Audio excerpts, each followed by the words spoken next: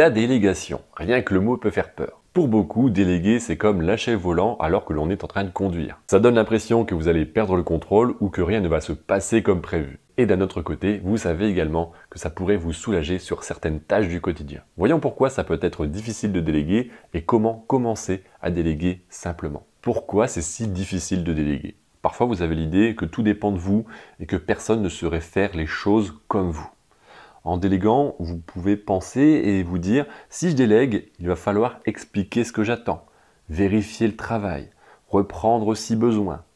Et la conclusion, généralement, c'est « autant le faire moi-même, ça ira plus vite ». Le résultat de cette situation, vous finissez avec une charge de travail importante et le stress commence à monter alors que vous pouvez l'éviter. Déléguer, c'est lâcher prise sur certains dossiers à traiter. C'est faire confiance aux autres et vous faire confiance à vous-même. Plusieurs raisons doivent expliquer pourquoi c'est difficile de déléguer pour vous. Ces raisons qui expliquent que votre difficulté à déléguer seront différentes entre une autre personne et vous-même. Généralement, ce sujet de la délégation dépend de nombreux facteurs personnels. Parce que déléguer, ça veut dire accepter que votre collègue ou votre conjoint ne fera peut-être pas exactement comme vous. Ça veut dire parfois de laisser passer des détails et ça, c'est parfois difficile à accepter. La vie a tendance à imposer cette habitude à devoir être sur plusieurs plans à la fois. C'est une forme de peur de devoir lâcher du lest sur des sujets importants pour vous.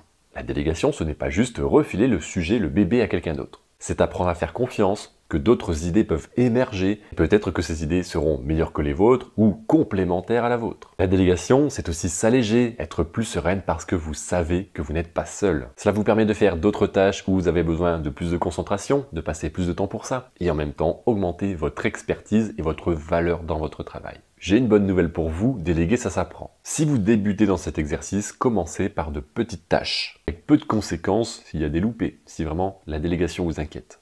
Vous verrez que c'est peut-être moins compliqué que ce que vous auriez imaginé. Déléguer, c'est accorder plus de confiance en vous pour faire confiance aux autres. Alors oui, si vous ne vous faites pas confiance, comment pourriez-vous être relâché en faisant confiance aux autres? La délégation nécessite un travail sur soi avant tout.